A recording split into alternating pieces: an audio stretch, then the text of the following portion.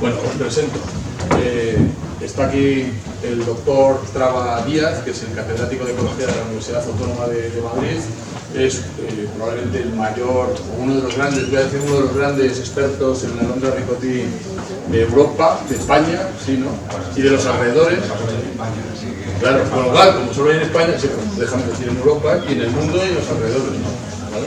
Entonces, lo importante o sea, estamos en una feria de turismo, de observación de la naturaleza, de ecoturismo, como ha hecho Vega, y es muy importante que la gente conserve precisamente gracias a que hay pequeños tesoros del patrimonio natural, como en este caso es este pájaro, que es el más escaso y más amenazado del mundo. Entonces, os dejo con Juan, que seguro que nos va a contar unas cosas súper interesantes. Muchas gracias, Manu. Gracias por la presentación. Buenas a todos.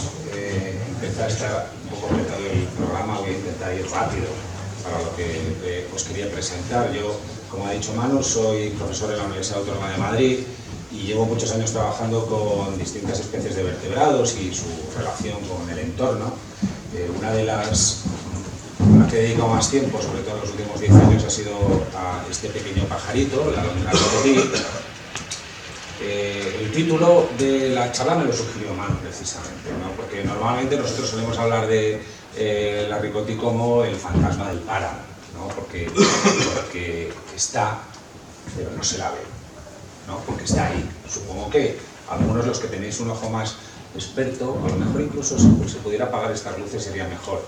No sé si es posible, pero ahí está la alondra, es el fantasma del páramo. Perdonad que haga esta presentación un poco de broma, ¿no? Porque en realidad efectivamente está ahí el pajarito, es este, con una visión un poquito más de cerca, que es el ricotí, como lo llamamos, por cierto, en los últimos 15 años aproximadamente, antes se llamaba de otra manera. Este es uno de los pájaros, como ha dicho Manu, más amenazados de Europa y que es protagonista especial de estos ambientes abiertos y desarbolados que están también presentes en esta comarca y por eso... Así está bien, yo creo, si no están... Si roncáis, por favor. Ah, bueno. Bueno, fundamentalmente para que se vean un poco mejor las fotos, ¿no? A mí me parece un pájaro bellísimo, pero este es uno de esos pájaros que llaman un PPM, ¿no? Los putos pájaros marrones. O sea... Bueno. Este, como ha dicho Manu, es uno de los pájaros más amenazados de Europa, sin duda ninguna. Es una alondra muy pequeñita, que no pesa más allá de los machos, 38 gramos aproximadamente. Es decir, es como un gorrión para aquellos que estáis menos acostumbrados a manejaros con estas escalas, que toda la población europea está presente en España. Es verdad que está también presente en el norte de África, pero toda la población europea está presente en España. Y eso nos hace especialmente responsables, por lo tanto, de la conservación de esta especie, ¿no? Además, es un súper especialista de hábitat. Claro, a veces me preguntan, Jolín, es que aparecen 2 o 3 árboles y empiezan a no gustarle a este pájaro. ¿Por qué? Porque estamos acostumbrados a que en realidad nuestro sentido apreciativo de la naturaleza está focalizado fundamentalmente en la belleza de los árboles y de las comunidades forestales. Y entonces entendemos que haya especies que sean súper especialistas de zonas forestales. Yo qué sé, a nadie le extraña que un carpintero, un pájaro carpintero, el pico negro, pues sea un especialista de zonas súper bien conservadas de bosque. Pues de manera más o menos equivalente no nos debería extrañar que tengamos aves, en este caso súper especialistas de ambientes abiertos, en los cuales la presencia de los árboles les resulta ya un elemento extraño y que normalmente acaba por extirpar a estos organismos de estos ambientes. Este es uno de esos casos, un súper especialista de ambientes de matorral, de páramo, que como digo también están presentes en la comarca del Alto Tajo y tenemos algunas de las mejores poblaciones de Europa presentes aquí. El problema es que tanto esos páramos, de forma natural, como por supuesto por las distintas actividades antrópicas, pues han llevado fundamentalmente a un proceso de disminución de la superficie y fragmentación. Y por lo tanto todas las especies que habitan en esos hábitats también tienen poblaciones pequeñas y fragmentadas. Este es el caso de esta especie, que muestra unas tendencias poblacionales extremadamente negativas en los últimos años, hasta el punto de que, como luego comentaremos, ha sido recientemente incluida en el catálogo español de especies amenazadas en la categoría de en peligro de extinción. Debido a estas cuestiones que estamos hablando, a estos procesos de fragmentación, primero de forma natural, luego incentivada por las actividades humanas, a que el hábitat va empeorando, van entrando elementos que no son característicos del matorral, porque podremos hablar a lo mejor de por qué, cuáles son los motivos, porque se abandonan actividades tradicionales a las que ha estado muy vinculada esta y otras especies, como por ejemplo la ganadería extensiva, que es uno de los factores críticos que explican los procesos de declive, el abandono de la ganadería extensiva, y por supuesto otro tipo de perturbaciones asociadas también a actividades humanas, como puede ser por ejemplo la introducción de parques eólicos, de parques fotovoltaicos o por supuesto la expansión de la agricultura extensiva en estas zonas. Esto es lo que llamábamos antes, hasta hace no mucho, y seguro que aquí algunos de los ornitólogos de Postín lo recuerdan perfectamente, pues esto es lo que llamamos la alondra de Dupont. El nombre científico es Schizophyllus duponti, referencia a un ornitólogo francés, pero el nombre de alondra ricotti, el nombre común de alondra ricotti que utilizamos actualmente, hace referencia al canto de la especie. El pitutí, tan característico y que ahora tendremos ocasión de escuchar. Pero también, utilizando ese nombre con notaciones onomatopéyicas, es como se le ha calificado en otras regiones de España, como por ejemplo en Aragón se le llama rocín, o rodriguí, o rolí, o aportí, o curiosamente también señor Joaquín, todo haciendo referencia a ese nombre. Aquí lo podéis ver un poco más de cerca, en el que veis que es muy característico, bueno, este es un poco exagerado, pero un poco característico el pico curvado de la especie, que ha sido tradicionalmente asociado a la extracción de invertebrados que están presentes en el suelo, a veces ligeramente enterrados, o incluso las arañas del grupo de los licósidos que hacen esos agujeritos en el páramo. Es un pajarito que tiene las alas redondas, bastante redondas, lo cual nos está hablando en general de que no es un ave extraordinariamente voladora y patas muy robustas. Y, como os he dicho, pertenece a este grupo comúnmente denominado de los PPMs. ¿Y qué es lo que hace fácil su identificación? No, obviamente, el visualizarlo, porque tiene un comportamiento muy críptico, muy esquivo, camina frecuentemente entre los matorrales y eso hace difícil que lo podamos ver, pero sí que lo podamos identificar por el canto.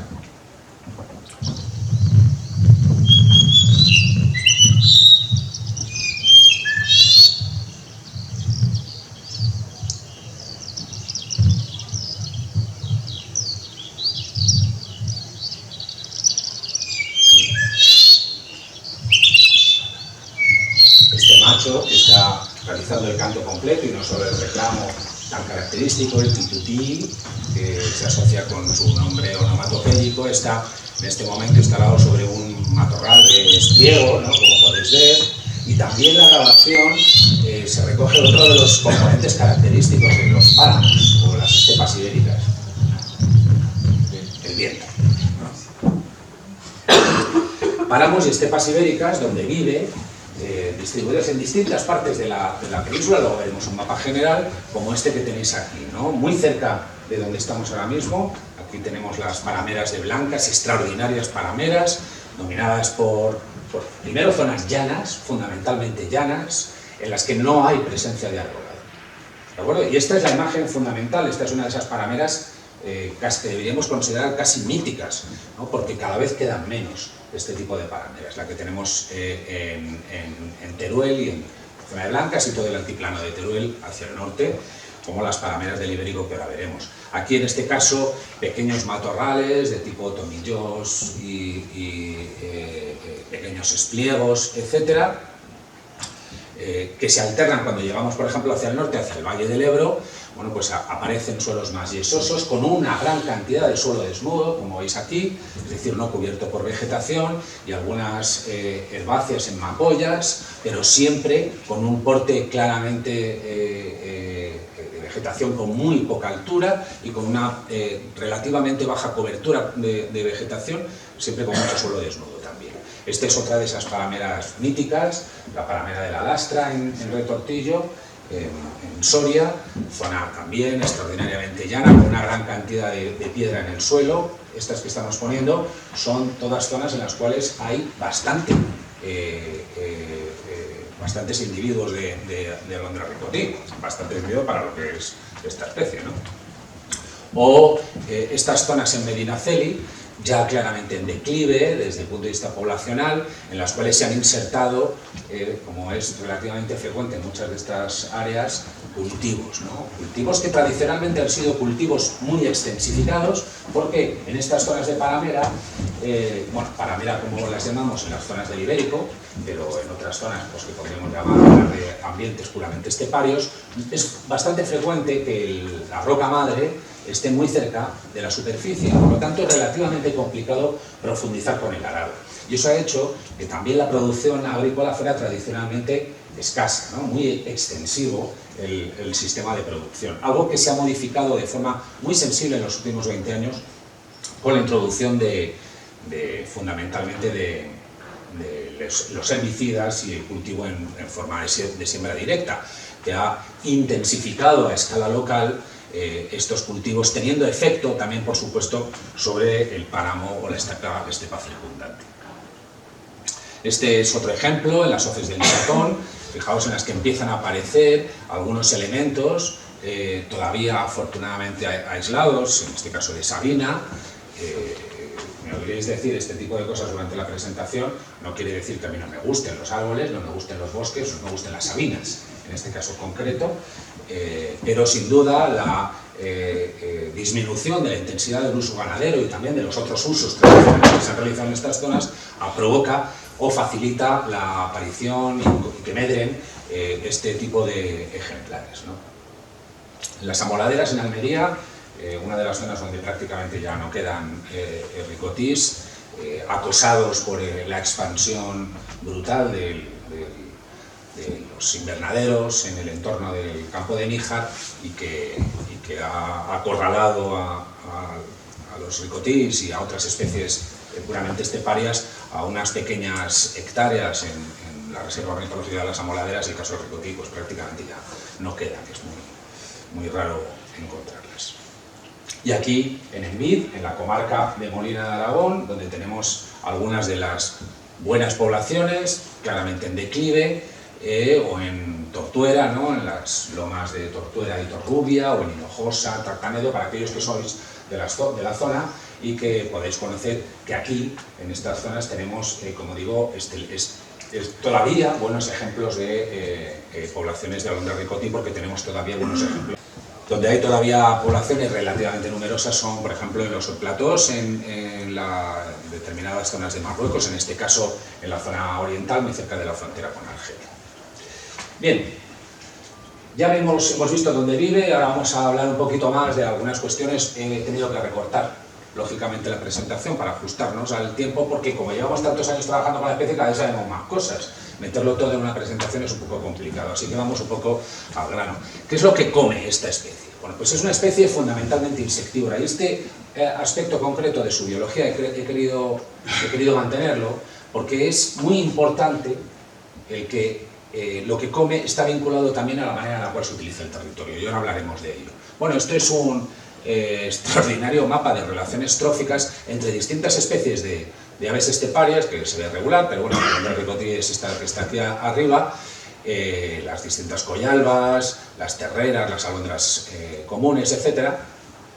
Y esta alondra ricotí vemos que tiene una enorme variedad. Todas estas líneas más gruesas nos indican más importancia, pero nos están conectando su dieta con determinados grupos de artrópodos, es decir, de invertebrados, que están habitando normalmente en el suelo y también debajo del suelo, epígeos e hipógeos, y que son de los que se alimentan frecuentemente de muchas larvas de ellos. De forma muy resumida, para llevarnos una de estas que dicen los ingleses, un take home message, ¿no? Una idea para llevarnos a casa, pues si aumenta la biomasa de determinados grupos, fundamentalmente miriápodos, estos bichos bola, y de coleópteros, escarabajos, muchos de ellos vinculados también a su vez a los excrementos de los herbívoros, entonces aumenta la probabilidad de que encontremos alondra ricotí. ¿De acuerdo? O sea, si hay de estos bichos, hay de este pájaro. ¿De acuerdo? Así que esta es una idea crítica. Aquí hay un ejemplo en el que... no, se me ha saltado. Creo que tengo que activarlo entonces.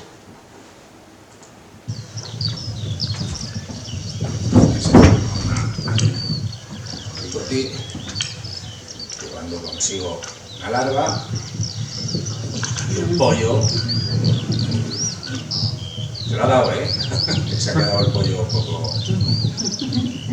como que le ha salido poco, ¿no?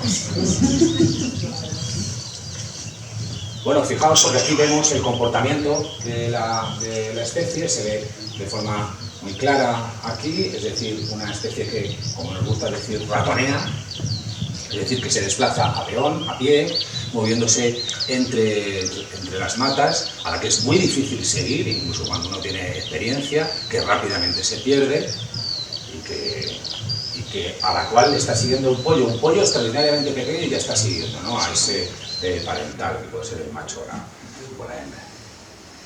En este momento así, a esta vista, son indistinguibles los machos y las hembras. ¿Cuántos hay de rigotis? Bien, la estimación que se hizo en su momento para el norte de África era de entre 23.000 y 28.000 machos, ¿no?, unos 15.000 en Marruecos. Se habla de machos, porque son en realidad los machos los que cantan, como hemos visto en el ejemplo anterior, y son los que podemos censar fundamentalmente por el oído. Y además, como bien sabéis algunos de vosotros, pues yendo a unas horas obscenas a trabajar en el campo, es decir, una hora antes de amanecer tienes que estar ya en el sitio del campo, o sea que normalmente tienes que salir de la cama extraordinariamente temprano, y en estas fechas de junio no os cuento, ¿no?, que amanece tan pronto. Pero en realidad todo lo que pone aquí acerca de la población, de la gran población de África, es una estimación. Una estimación porque no se tiene prácticamente ni idea. Nosotros hicimos un trabajo hace 3 años en Marruecos, que publicaremos dentro de poco, y en el que estimamos aproximadamente, sí, un tamaño poblacional de ese estilo. Pero lo demás no se tiene ni idea, aunque probablemente además corresponda con otra subespecie, ¿no? Y en España. Bueno, en España, antes de daros los datos que tenemos más actualizados, os puedo decir que está incluida en el catálogo español de especies amenazadas como en peligro, este es el área de distribución general, y que el número de individuos que tenemos estimado en este momento de machos es alrededor de 2.300, que a lo mejor os parece un número aceptable. Por poner un ejemplo, abutardas, que pueden llegar los machos a pesar, creo que 14 kilos, pues habrá cerca de 40.000 abutardas en España. Es decir, que el kilo de abutarda, o sea, hay un montón de kilos de abutarda. Ahora ponemos cuántos kilos de ricotí tenemos, ¿no?, a 40 gramos siendo generosos por 2.000 y pico machos, pues para que nos orientemos en que estamos hablando de una de las especies con menos individuos, que muestra una regresión de aproximadamente el 30% en los últimos 10, 12, 14 años, dependiendo de las zonas, y que, hablando del tamaño efectivo de población, es decir, el que puede generar descendencia, dado que la razón de sexos está muy sesgada hacia los machos, hay muchos más machos que hembras, debido al enorme coste reproductivo que supone para las hembras criar en el suelo, nidificar en el suelo, con elevado riesgo de depredación, energía que consumen, etc. Eso hace que haya entre 600 y 1.200 parejas como máximo en España. Además, no solo eso, sino que la mayor parte de las localidades con ricotí tienen menos de 70 machos. De hecho, la mitad de las localidades con ricotí tienen menos de 3 machos. ¿De acuerdo? Y el 65% de todas los machos están en 7 subpoblaciones, como denominamos técnicamente, 7 grandes localidades, una de las cuales es la comarca de Molina de Aragón, precisamente. ¿De acuerdo? Pues en Laína y Altos de Barahona, hablamos de Laína, Altos de Barahona, Blancas Teruel, Altiplano y Belchite, Monegros. Esas son las zonas donde está concentrada la mayor parte de los ricotís de España. Otra idea para llevar a casa. ¿De acuerdo? Hay muy pocos ricotís en general, hay muy pocas zonas con muchos machos, es decir, que tengan una capacidad de exportación de individuos, y la mayor parte de las zonas tienen muy pocos machos. ¿Dónde están? Bueno, pues ya hemos visto los páramos, el hábitat que les suele gustar, esas estepas abiertas. Bueno, pues aquí tenéis, marcado en verde, las localidades donde todavía permanecen ricotis. ¿De acuerdo? Veis que están concentrados alrededor de lo que podríamos llamar una L tumbada, que es las parameras del sistema ibérico, el altiplano de Teruel, hasta llegar a las zonas del Valle del Ebro, donde todavía permanecen individuos. En gris, poblaciones que han desaparecido absolutamente en los últimos 10-12 años. Como veis, todas estas zonas periféricas, porque llegaba a Zamora, a los páramos del Cerrato, algunas zonas en Corcos, Burgos, algunas zonas en Huesca, por supuesto poblaciones en el sur de Guadalajara y de Cuenca y poblaciones en Granada y Almería, toda la zona periférica, como veis, va desapareciendo. Y el proceso, por tanto, es un proceso centrípeto de concentración en las, digamos, pocas poblaciones que encontramos todavía con un hábitat en buen estado. ¿Por qué le va tan mal? ¿Por qué vemos un 30% de declive poblacional y esos procesos de contracción en el rango de distribución tan claro? Bueno, pues hay varias causas. Las causas fundamentales es la pérdida de hábitat útil y la pérdida de calidad de ese hábitat. ¿De acuerdo? Porque son dos conceptos. A nosotros nos gusta decir que hay más páramo que ricotis, porque todavía da la impresión de que encuentras superficies de estepa en las que parece que potencialmente podría estar presente la especie y no lo está. Es decir, que hay poco páramo y en aquel en el que está no está en todas partes. ¿Por qué? Porque no parece reunir las condiciones de calidad de hábitat adecuadas. Parece buen páramo, pero realmente no es. Aunque hay muchos motivos, aquí por cuestiones de tiempo he preferido circunscribirme a dos fundamentales, porque hemos mencionado la agricultura, los procesos de intensificación de la agricultura, por ejemplo, los procesos de reforestaciones que se llevaron a cabo en muchas zonas de estas abiertas desde la reforma McSharry del año 92, de la PAC, etc.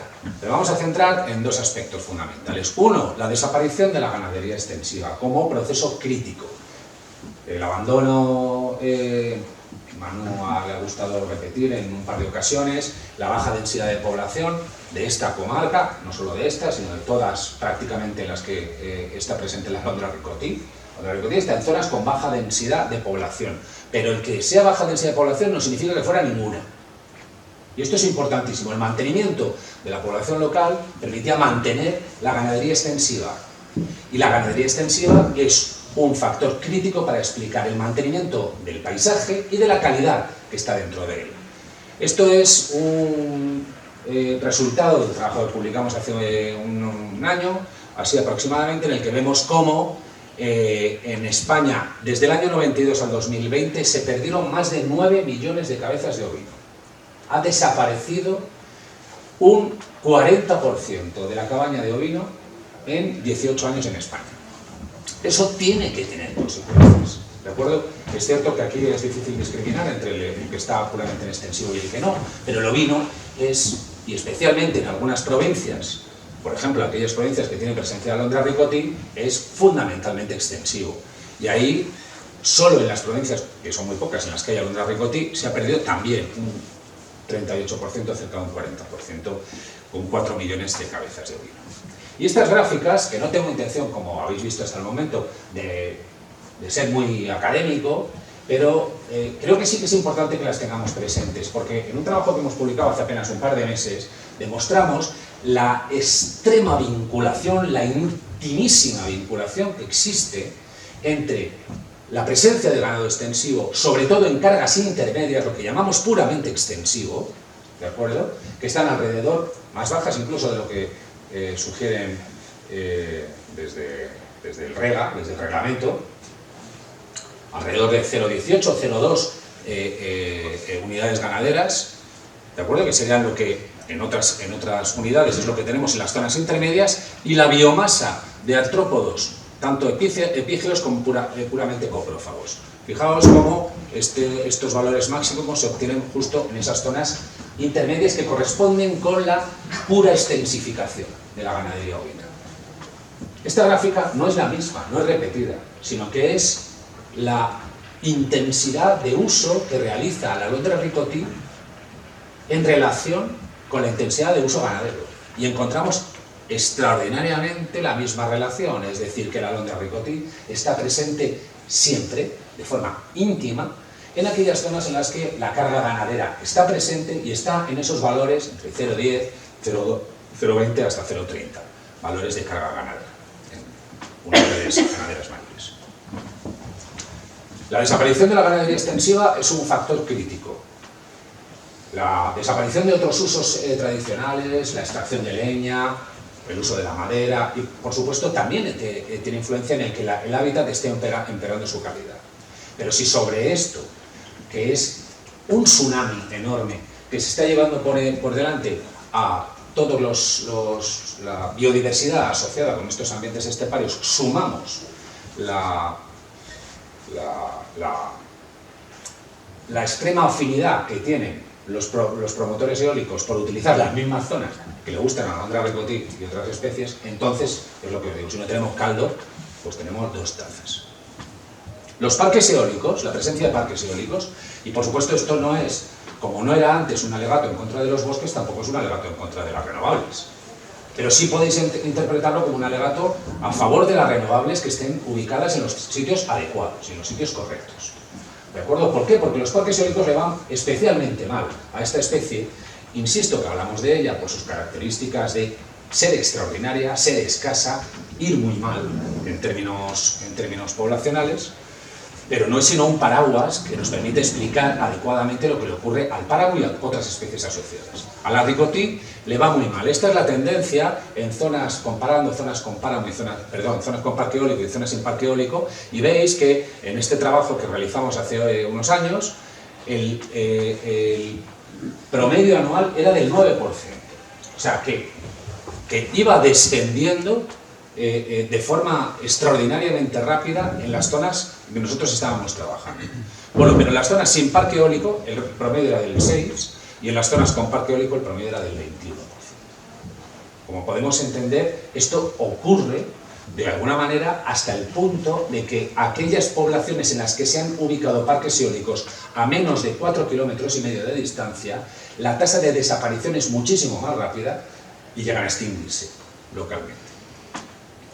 Hasta hace muy poco no ha habido registros de colisiones de las alondras ricotti con los parques eólicos. Yo siempre he dicho que no hay registros porque es muy difícil encontrarlos, fundamentalmente. Es decir, es una especie escasa y es una especie muy pequeña. Y por lo tanto, a pesar de que se realicen los seguimientos habituales, pues es complicado encontrarlo. Por lo tanto, la probabilidad de detección tiene que ser extraordinariamente escasa. Bueno, ya tenemos algún caso de colisión, de muerte por colisión de alondra ricotti en parques eólicos, pero es que además de eso tiene que haber otros procesos. Nosotros hemos demostrado que efectivamente esto es el incremento de la superficie de caminos asfaltados y esto es la probabilidad de depredación en nido.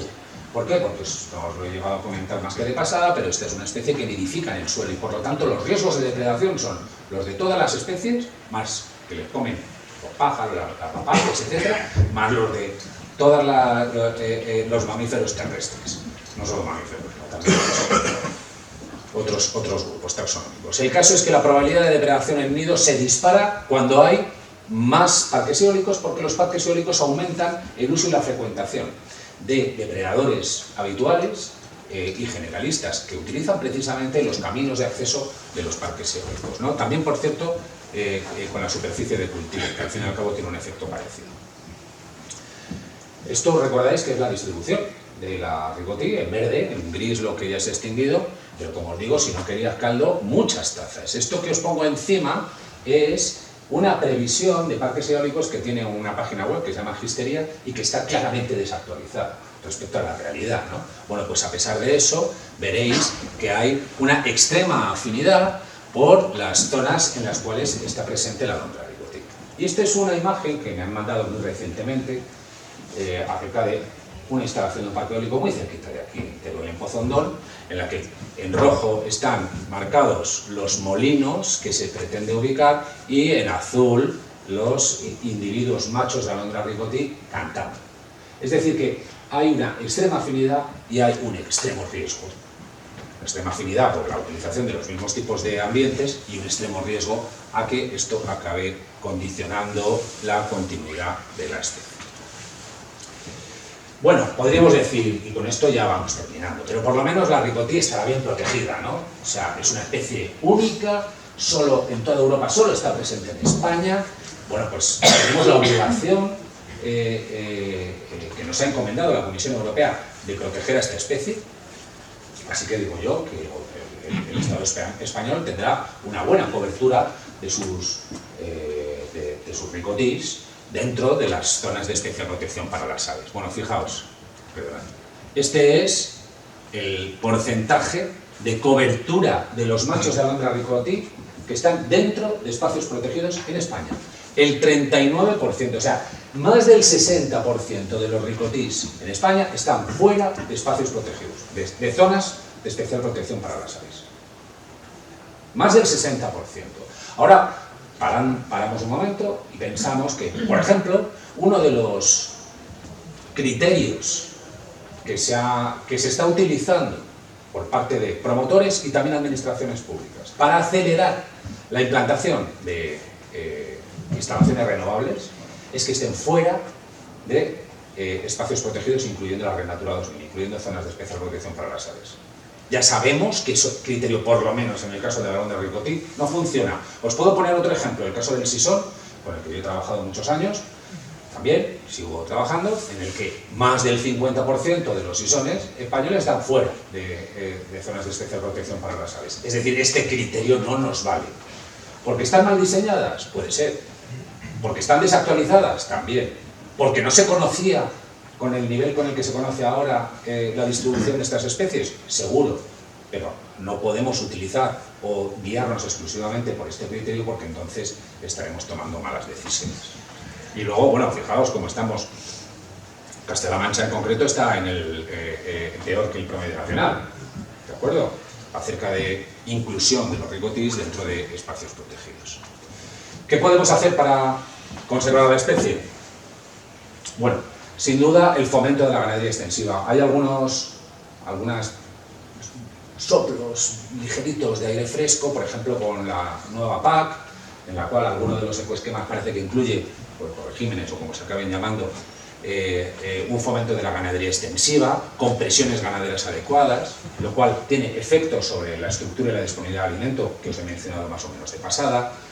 Hay, y justo en esta comarca es un ejemplo en el cual se ha promovido la transformación de cultivos herbáceos en cultivos arbustivos, por ejemplo con las aromáticas, que ayudan a disminuir, sobre todo si son en ecológico, ayudan a disminuir la presión de la aplicación de agroquímicos sobre el entorno en el páramo.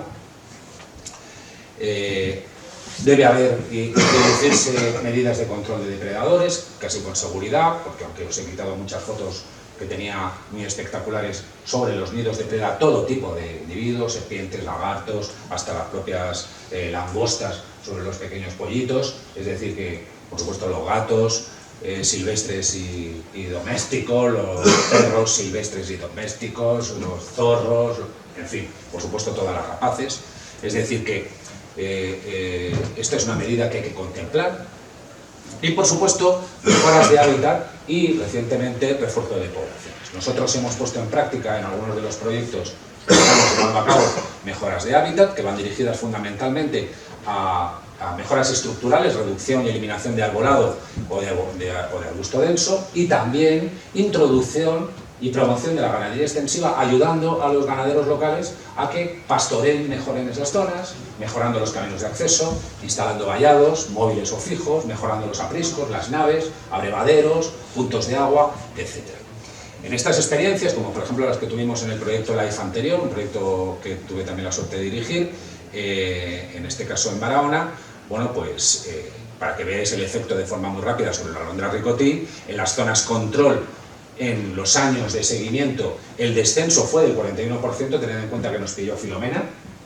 Filomena fue un golpe terrible para una especie como esta, que es residente, que pasa todo el año, y por tanto ese invierno fue extraordinariamente duro para ella, pero en las zonas de actuación el crecimiento fue del 190%. ¿De acuerdo? O sea que actuar directamente tiene efectos positivos. Y en el proyecto más reciente en el cual estamos involucrados y que también tengo la suerte de coordinar, el Life Connect Ricotí, que se desarrolla en gran medida también en la zona de la comarca de Molina de Aragón. Bueno, pues entre otras cosas, entre estas medidas de mejora del hábitat y de promoción de la ganadería extensiva, tenemos las medidas de refuerzo poblacional, en las que tras evaluar la posibilidad de impactar en las poblaciones donantes, es decir, de donde se van a sacar animales, y ver que es desde el punto de vista matemático un efecto nulo. Sin embargo, vemos cómo el efecto sobre las poblaciones receptoras es potencialmente muy elevado, disminuyendo su probabilidad de extinción, mejorando sus escenarios de futuro, y en ese sentido estamos trabajando con refuerzos poblacionales, para lo cual utilizamos tecnología extraordinariamente avanzada en términos absolutos, es decir, es la primera vez que en Europa se está poniendo en marcha este tipo de tecnología. Le colocamos, aquí se ve la antenita, ¿de acuerdo?, a los pajaritos, y luego pues los liberamos en las zonas de este.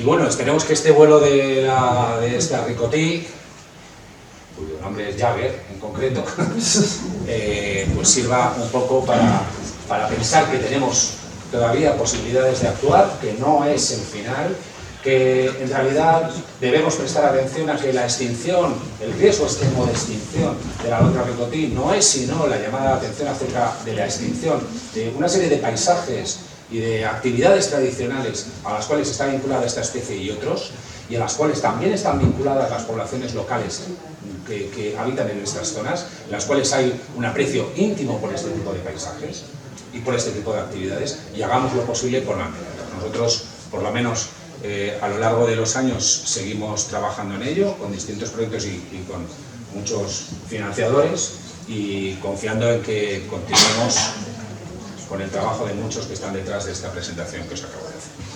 Muchas gracias.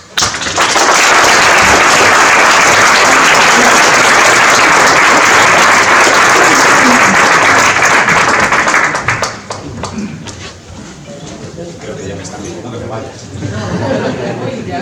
Muchas gracias. No sé si hay alguna pregunta. Estoy encantado de responder. En este caso,